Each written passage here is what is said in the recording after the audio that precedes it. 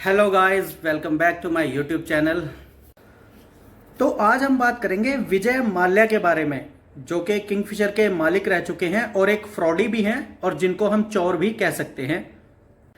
अभी आपने एक दो दिन पहले एक पॉडकास्ट देखा होगा राज जी का और विद विजय माल्या, और ये बहुत ही बड़ी अचीवमेंट भी रही है राज जी के लिए,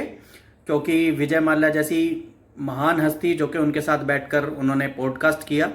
तो इस पॉडकास्ट के लिए रजत जी को बधाइयाँ बहुत बहुत, और विजय माल्या जी को भी हम बधाई देना चाहेंगे कि उन्होंने अपने पिछले 8-9 साल की जर्नी को और जो उनके साथ पीछे बीता, जो हुआ, जो यहाँ की गवर्नमेंट ने किया या जो उन्होंने उनकी गवर्नमेंट के साथ किया और इंडिया की गवर्नमेंट के साथ किया और जो यहाँ के बैंक्स के साथ किया, एसबीआई बैंक के साथ किया, जो भी फ्रॉड, जो भी घोटाला हुआ, उसके बारे में उन्होंने बात की, चर्चा। तो अगर हम न्यूज़ देखें या फिर पिछली कुछ कुछ कही सुनी बातें देखें या फिर कुछ पेपर्स उठाकर देखें, तो जहां तक है ओवरऑल हम सभी को लगता है, इंडियंस को, कि विजय माल्या एक फ्रॉडी है और एक चोर है, जो कि अपने एम्प्लॉयज तक के पैसे, सैलरीज नहीं देकर गया और इंडिया से फरार हो गया, रफू चक्कर हो गया, यहां से भाग गया। और हम सबकी नज़रों में भी ऐसा ही उनके लिए एक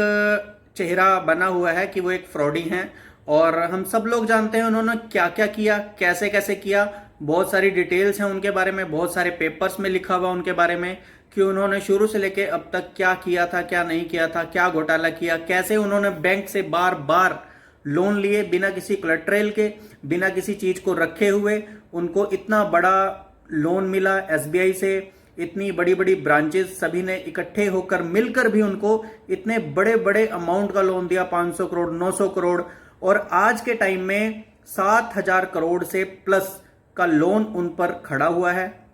तो अभी तक तो हमने यही चीजें सुनी है विजय माल्या जी के बारे में, मगर अब जो आपने देखा होगा रजत जी के साथ जो पॉडकास्ट आया है विजय माल्या का, ये बहुत ही बड़ी चीज है। और इस पॉडकास्ट में बहुत सारी चीजें रजत जी ने भी क्लियर की हैं विजय माल्या जी के साथ, और विजय माल्या जी ने भी बहुत ही खूबसूरती के साथ, बहुत ही अच्छे अंदाज में अपनी सारी चीजों को, अपनी सारी गलतियों को, अपनी सारी की सारी नाकामियों को उन्होंने नीचे दबाकर, और जो भी उनके प्लस पॉइंट थे,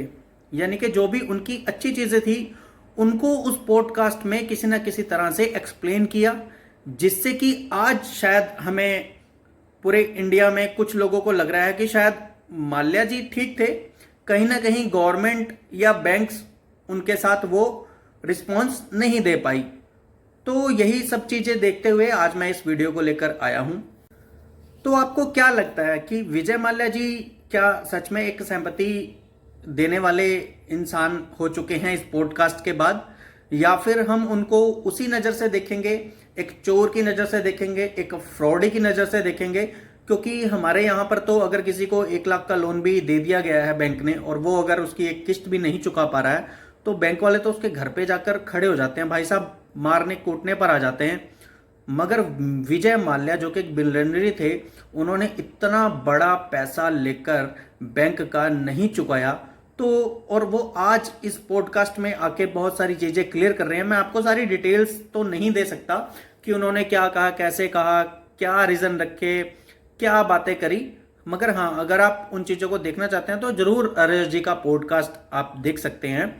तो आज मैं वही बात आपसे पूछना चाहता हूं, क्या आपको लगता है ये जो पॉडकास्ट यूट्यूब पर हम देखते हैं, इंस्टाग्राम पर हम देखते हैं, फेसबुक पर हम देखते हैं, ये पॉडकास्ट क्या रियल हैं? इनमें रियलिटी दिखाई जाती है या फिर एक स्क्रिप्टेड पॉडकास्ट होते हैं? जहां तक मुझे लगता है ये सब कुछ एक स्क्रिप्ट लिखी होती है, क्योंकि इतना बड़ा इंसान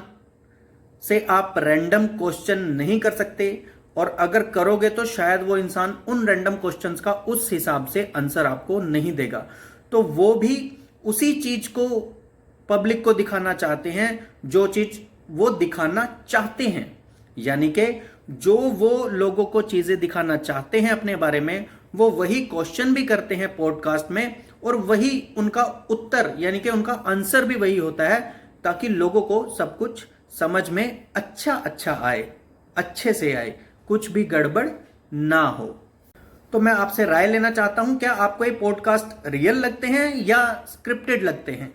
और ऐसी ही वीडियोस को देखने के लिए आप इस चैनल को लाइक करिए, शेयर करिए और सब्सक्राइब करिए। धन्यवाद।